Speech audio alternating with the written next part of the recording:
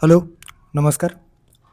कर्मशिला academy या YouTube चॅनलवर तुम्हा सर्वांचं परत एकदा स्वागत आहे. सो एकंदरीतच आयोगाने राज्यसेवा पूर्वपरीक्षा 2026चा निकाल जो आहे तो ऐतिहासिकरित्या या ठिकाणी जाहीर केलेला आहे. सो एकंदरीतच 31 मेला राज्यसेवा पूर्वपरीक्षा पार पडली आणि साधारणतः 22 जूनला म्हणजे एक महिना पूर्ण होण्याआधीच एकंदरीतच आयोगाने पूर्वपरीक्षेचा निकाल जे आहे ते जाहीर केलेला आहे. सो एकंदरीतच टेलिग्राम वगैरे किंवा इतर अ, जे काही आपले इन्फॉर्मेशनचे जे काही मोस्टली सोर्स जे आहेत तर ते टेलिग्राम आहे आणि ते काही कारणामुळे गव्हर्नमेंटकडून बंद असल्यामुळे इन्फॉर्मेशन तुमच्यापर्यंत कदाचित पोहोचलेलं नसेल. सो त्यासाठी म्हणून हा एक छोटा व्हिडिओ मी या ठिकाणी बनवत आहे. Okay. So so you can see here Maharashtra लोकसेवा आयोगाचं जे काही प्रिलिमिनरी एक्झाम आहे तर त्याचा निकाल जो आहे तो जाहीर करण्यात आलेला आहे 22/6/2026 रोजी. आता कट ऑफच्या संदर्भात एकंदरीतच जर आपण बघितलं तर या ठिकाणी एकच मिनटं मला थोडा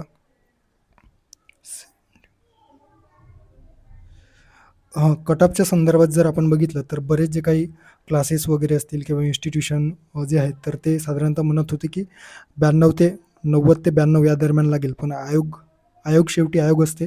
सो 98मध्ये ओपनचा जो कट ऑफ आहे तो लागलेला आहे आणि ओपन फिमेलचा कट ऑफ 92मध्ये लागलेला आहे. सो त्यानुसार तुम्ही हे कॅटेगरी बघू शकता. So open general 98, open female 92. त्यानंतर एस-सी जनरलच्या संदर्भात जर आपण बघितलं तर एस-सी जनरलमध्ये 94 कट ऑफ आणि फिमेलच्या संदर्भात एस-सी फिमेल 91. सो हे तुम्ही या ठिकाणी बघू शकता. त्यानंतर एस-सी एस-सीच्या संदर्भात 94 आणि फिमेलच्या संदर्भात 91 आणि एस-टीच्या संदर्भात जर आपण बघितलं तर 86.50 आणि फिमेलच्या संदर्भात 79. सो या ठिकाणी तुम्ही बघू शकता. ओके. सो कॅटेगरी वाईज EWSचं जर आपण बघितलं तर EWSमध्ये जनरलचा जो कट ऑफ आहे तो 85.50 तर फिमेलचा कट ऑफ आहे 78. ओके. सो आणि AC-BCचा जो कट ऑफ आहे तो 98 आणि फिमेलचा कट ऑफ 92. सो या ठिकाणी तुम्ही बघू शकता अशा पद्धतीने आयोगाने या ठिकाणी एकंदरीतच राज्यसेवा पूर्व 2026चा जो निकाल आहे तो जाहीर केलेला आहे.